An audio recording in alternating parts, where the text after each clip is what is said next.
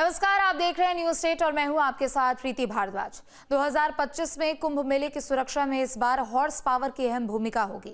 Horse power यानी अश्वशक्ति यानी mounted police यानी घुड़सवार पुलिस। कुंभ में माउंटेड पुलिस फोर्स के साथ शानदार घोड़ों की फौज आ चुकी है, जो कि कुंभ मेले के क्राउड कंट्रोल में अपना योगदान देंगे।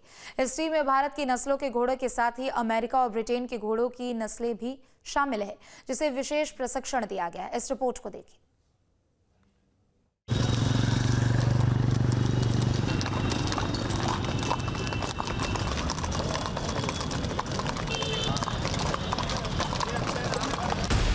कुंभ मेला में घुड़सवार पुलिस लाइंस के गेट पर तैनात माउंटेड पुलिस अपने कमांडर के आदेश के इंतजार में है, जिन पर कुंभ मेला में क्राउड मैनेजमेंट की अहम जिम्मेदारी है।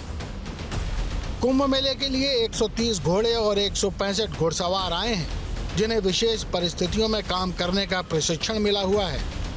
जब अपने घोड़े के साथ ये राइडर्स कुंभ मेले में पेट्रोलिंग के लिए निकलते हैं, तो लोग इन्हें देखते ही रह जाते हैं। ऊंची कदकाठी, अपने आदेश को सुनने के लिए खड़े हुए कान और मजबूत पैर, जिनके सहारे ये पूरे कुंभ क्षेत्र को मिनटों में ही नाप दें, ऐसी ही कदकाठी के हैं ये घोड़े। दारा, राका, शाहीन, जैकी, गौरी, अहिल्या और रणकुंभ।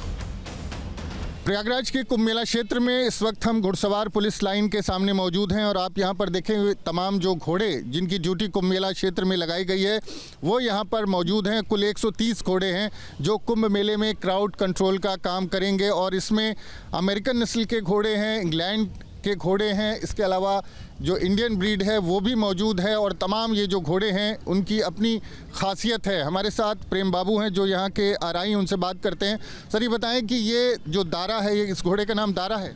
ये दारा घोड़ा है जो है बाम ब्लड हैं, जो आर्मी से खरीद के मेले के लिए 5 घोड़े आए हैं। ये 5 घोड़े जो बाम ब्लड हैं, ये बाम ब्लड हैं, बाम ब्लड। ये दारा है, ये इसका क्या नाम है? ये जैकी है जी। इसका क्या नाम है? ये चैंपियन है जी। डायरेक्ट यहीं आया है, बाबूगढ़ में पैदा हुआ है, 2018 में पैदा हुआ है। एरो का निशान है आर्मी, बाप का नाम इसके पीछे उस पर लिखा हुआ है। घुड़सवारों के दस्ते में भारतीय ब्रीड के अलावा अमेरिकन और इंग्लैंड ब्रीड के घोड़े भी शामिल हैं, जिनकी कीमत 7 से 8 लाख रुपए के बीच होती है। ये घोड़ा है दारा, जो अमेरिकन ब्रीड बाम ब्लड का घोड़ा है। दारा का जन्म आर्मी हिसार छावनी में 2020 में हुआ था, जो उसके बदन पर गुदा हुआ है। इसके पिता का नाम गोल्डन काइट है, जो अमेरिका से लाया गया था। दारा की जांघ पर पिता का नाम भी गुदा हुआ है। इनके शरीर पर एन का मतलब नेम होता है, एच का मतलब हाउस यानी कहाँ से हैं, और एस का मतलब पैदा होने वाला साल है। अमेरिकन और दूसरी नस्ल के जो घोड़े होते हैं उनकी एक कोडिंग भी होती है। हम आपको दिखाते हैं। जो दारा, जो American breed warm blood breed का घोड़ा है, वो यहाँ पर है। आप देखें तो इसके साइड में यहाँ पर आप देखें तो ये लिखा हुआ है H20। तो ये इसका मतलब है कि ये हिसार में 2020 में पैदा हुआ और लगभग इसकी जी एरो का निशान क्या है? एरो का निशान बना है। एरो का निशान आप देखें, इसका मतलब है ये आर्मी की ब्रीड है। आर्मी से ये घोड़ा जो है लिया गया। और पीछे अगर आप जाएंगे थाई पर जीके लिखा हुआ, और जीके का मतलब है इसके पिता का नाम, इसके बाप का नाम यहाँ पर लिखा हुआ है, जो है गोल्डन काइट। तो इस तरह से तमाम घोड़ों की कोडिंग भी की जाती है ताकि उनकी पहचान रहे। और कुंभ मेले में अमेरिकन ब्रीड के 40 घोड़े आए हैं, जो बहुत माइंडेड हैं। घोड़ों की खासियत है कि ये अपने राइडर के माइंड को पहचान जाते हैं और उसी हिसाब से कार्रवाई करते हैं। ये कहते हैं कि बड़े ट्रेंड होते हैं ये घोड़े। ये बहुत अच्छे होते हैं, राइडर के माइंड को पढ़ते हैं, राइडर जैसा सोचता है वैसा ही करते हैं। अच्छा, जो राइडर जो चाहता है वो करते हैं, जो उसके साथ मौजूद होता है। हाँ, इनका इस्तेमाल सोचने की शक्ति बहुत अधिक है जी। तो ये बाम ब्लड जो होते हैं, इनकी सोचने की शक्ति बहुत अधिक है। इन घोड़ों की गर्दन पर ऑपरेशन कर खास तरह की चिप लगाई गई है, जिसमें इनकी 7 पीढ़ियों का डेटा दर्ज है। इनके पिता किस खानदान से हैं, माँ किस खानदान की है, कहाँ कौन सी ट्रेनिंग मिली है, ये घोड़ा कब बीमार हुआ था और क्या इलाज चला, और क्या सावधानी बरतनी है इसके स्वास्थ्य के साथ। ये सारी जानकारी दर्ज है ताकि इसकी सेहत का बेहतर ख्याल किया जा सके। ये सारी जानकारी खास स्कैनर से ही पता चल पाती है। इस डिवाइस को स्कैन करने और ट्रैक करने का अधिकार सिर्फ EFI यानी इक्वेस्ट्रियन फेडरेशन ऑफ इंडिया के पास है, जिसे दिल्ली से ट्रैक किया जाता है।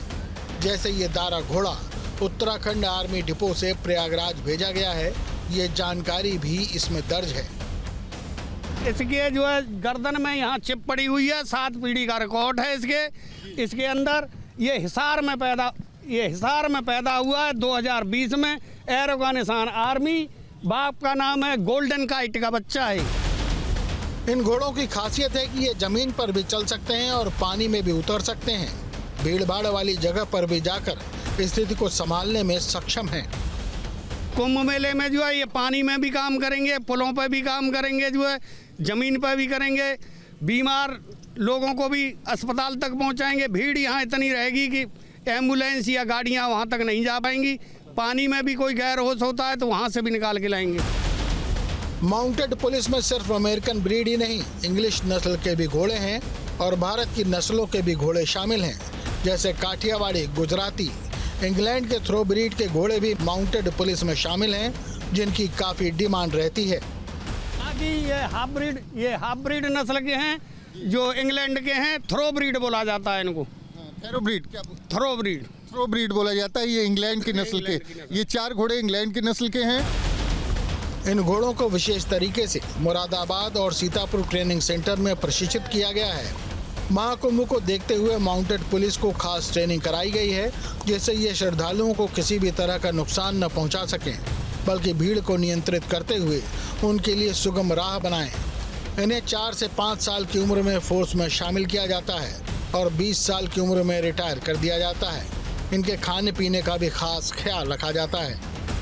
खान पान में जो है स्वीकृत है शासन से, वही दिया जाता है। 1 किलो चना, 2 किलो जौ, 1 किलो चोकर, 30 ग्राम नमक, 100 ग्राम अलसी का तेल, 100 ग्राम गुड़ और 25 किलो हरी घास, 15 किलो सूखी घास। अभी घोड़े को महाकुंभ मेला क्षेत्र की भौगोलिक स्थितियों से परिचय कराया जा रहा है। ये भी रूट पहचान रहे हैं।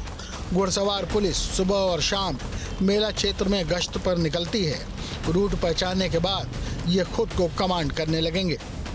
तो ये तमाम घोड़े अब कुंभ मेले में अपनी सेवाएं देंगे और उसके लिए पूरी तरह से तैयार हैं।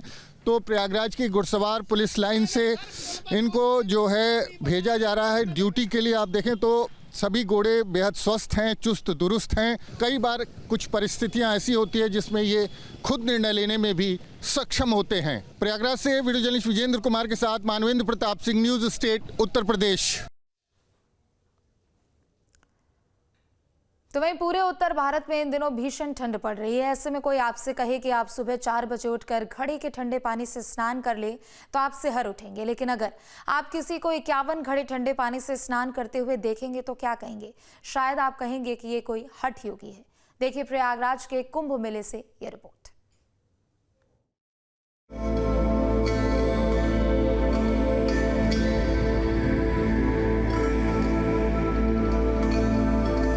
जनवरी की सर्द सुबह, गंगा यमुना का किनारा। सुबह के 4:15 हो रहे हैं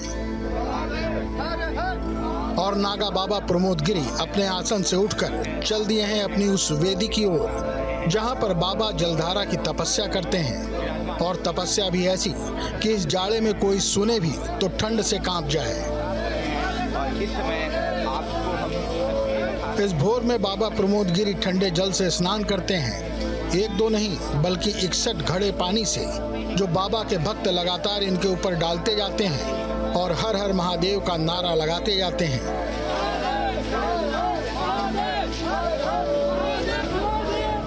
आम इंसान तो कोल्ड स्ट्रोक का शिकार होकर गंभीर रूप से बीमार भी पड़ सकता है, लेकिन बाबा की यही साधना है, यही जलधारा तपस्या है, यही हठ योग है। प्रयागराज के कुंभ मेला क्षेत्र में देश भर से आए नागा बाबा हठ योगियों का संसार सजा हुआ है। ऐसे ही एक हठ योगी से हमारी मुलाकात हुई, जिनका नाम है नागा बाबा प्रमोद गिरी। और उनकी ये खूबी है कि वो सुबह 4 बजे भोर में 51 घड़े पानी से स्नान करते हैं, ठंडे पानी से स्नान करते हैं। और ऐसे में जब भीषण ठंड पड़ रही हो, आप कल्पना नहीं कर सकते कि कोई व्यक्ति जो है वो 51 घड़ों से स्नान कर सकता है। लेकिन शुरुआत 51 घड़ों से हुई है और जब इस हठ योग की समाप्ति यहाँ पर होगी तो वो 108 घड़ों से स्नान करेंगे और रोज़ उनका ये सिलसिला जारी रहता है। तो हम नागा बाबा प्रमोद गिरी हमारे साथ हैं, उनसे बात करते हैं। महाराज जी बताएं किस तरह से सुबह स्नान करते हैं, क्या मकसद है आपका? पहले तो मेरा नाम नागा बाबा प्रमोद गिरी, श्री शंभू पंचायती अटल अखाड़ा और श्री श्री 1008 सिद्धपीठ नंगेश्वर बाबा की धुनी, वाड्रायल, गंगापुर सिटी, राजस्थान में रहता हूँ। तपस्या का कोई वजह नहीं, एक ही वजह है, ये जन कल्याण और लोक कल्याण के लिए हम करते हैं। जलधारा की तपस्या मेरी है जो 21 दिवसीय है और मैंने 3 तारीख से चालू किया 51 घड़ों से।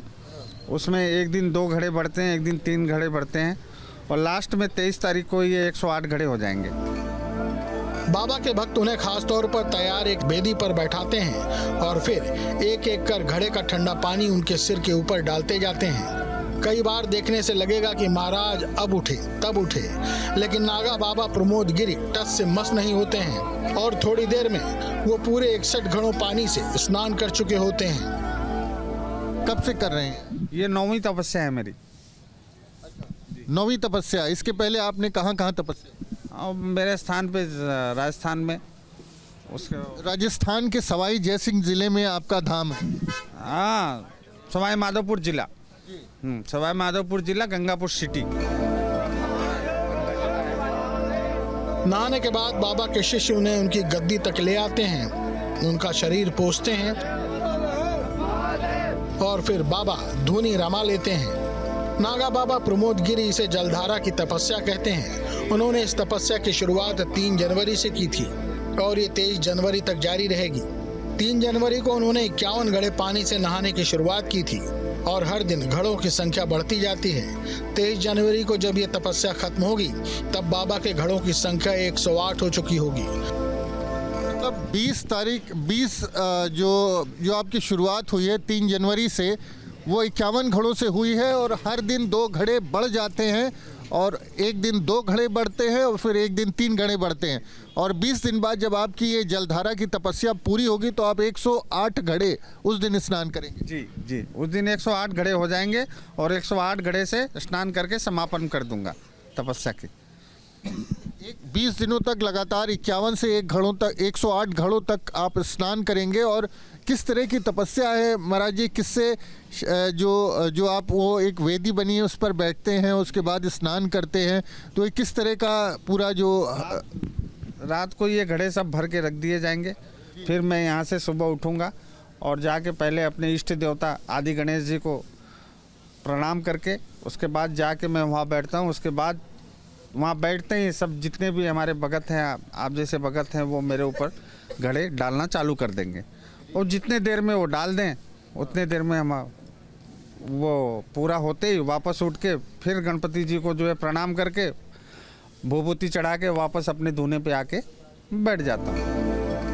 बाबा के इस हठ योग की खासियत यह भी है कि उनके भक्त उनके स्नान के लिए एक दिन पहले ही घड़ों में पानी भर कर रख देते हैं, जो भीषण ठंड और रात में चलने वाली शीतलहर के कारण सुबह तक बर्फ जितना ठंडा हो जाता है। क्या ठंड से बाबा को डर नहीं लगता?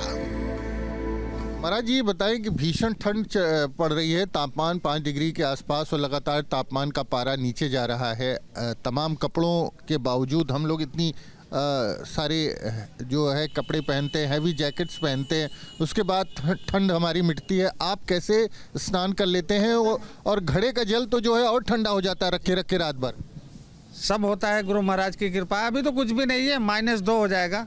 -2 में भी हमने जो है जलधारा की है।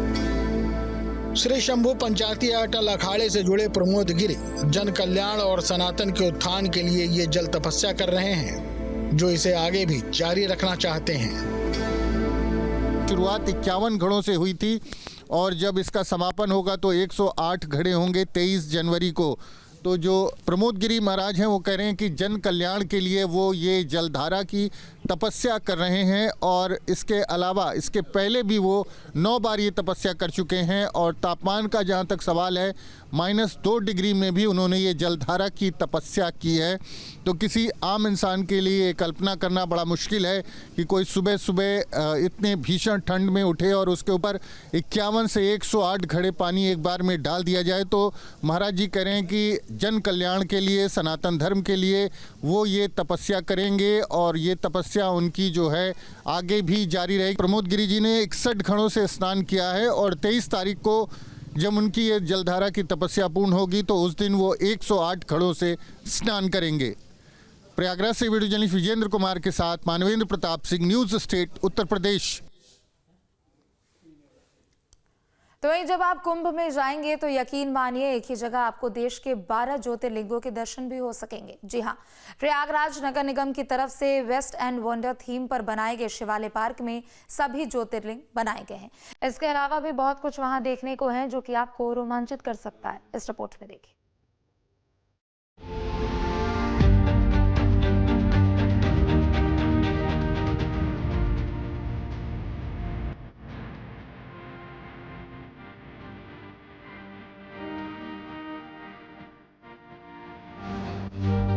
महाकुंभ 2025 की भव्यता और आध्यात्मिकता को एक नई ऊंचाई देने के लिए कुंभ नगर में नैनी अरैल तट पर शिवालय पार्क का निर्माण किया गया है, जिसे 400 टन कबाड़ से तैयार किया गया है, जो भारतीय संस्कृति, कला और अध्यात्म का अनूठा नमूना है। करीब 18 एकड़ क्षेत्रफल में 14 करोड़ की लागत से बने इस पार्क में आपको एक आर्क पर शिव की बड़ी तस्वीर बनी मिलेगी, जिसमें देश भर की हर भाषा में ओम नमः शिवाय लिखा हुआ है। इस पार्क का निर्माण नगर निगम ने कबाड़ से कराया है, जिसमें देश के सभी 12 ज्योतिर्लिंग की प्रतिकृति भारत के नक्शे पर उनके प्रदेशों में ही बनाई गई है। ये पूरा पार्क भारत देश के नक्शे पर बना है। इन ज्योतिर्लिंगों के अलावा बैजनाथ धाम, पशुपतिनाथ मंदिर, लिंगराज मंदिर, वीरभद्र मंदिर और शोर मंदिर की प्रतिकृति भी बनाई गई है। आपको एक विशालकाय नंदी भी यहाँ देखने को मिलेंगे, जो बेहद मनोहारी लग रहे हैं।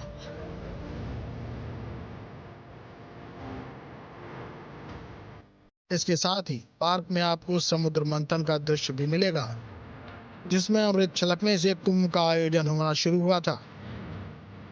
इस शिवालय पार्क के अलावा अद्भुत अनुभव के लिए कई चीजें मेला क्षेत्र में मौजूद हैं, जैसे कि आप यहां संगम की रेत पर कैमल राइड का आनंद ले सकते हैं, जो फिलहाल राजस्थान के रेगिस्तान में ही उपलब्ध होते हैं, और मेला आने वाले श्रद्धालु इसका काफी आनंद भी ले रहे हैं। यह तीर्थ नगरी संगम में ऊंट की सवारी करने का बहुत ही अच्छा आनंद आया है और मैं समस्त देशवासियों से निवेदन करूंगा आपके माध्यम से कि एक बार तीर्थ नगरी संगम में जरूर आए और यहाँ गंगा स्नान कर तीर्थ का आनंद ले।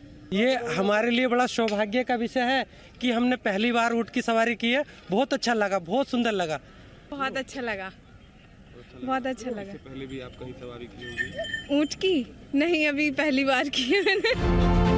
तो देखा आपने, कुंभ नगर तैयार है आपके स्वागत के लिए, जहां आप भक्ति और श्रद्धा के साथ साथ मनोरंजन भी कर सकते हैं। यानी पूरे परिवार और हर उम्र के लोगों के लिए यहां आने की वजह मौजूद है। Team news state.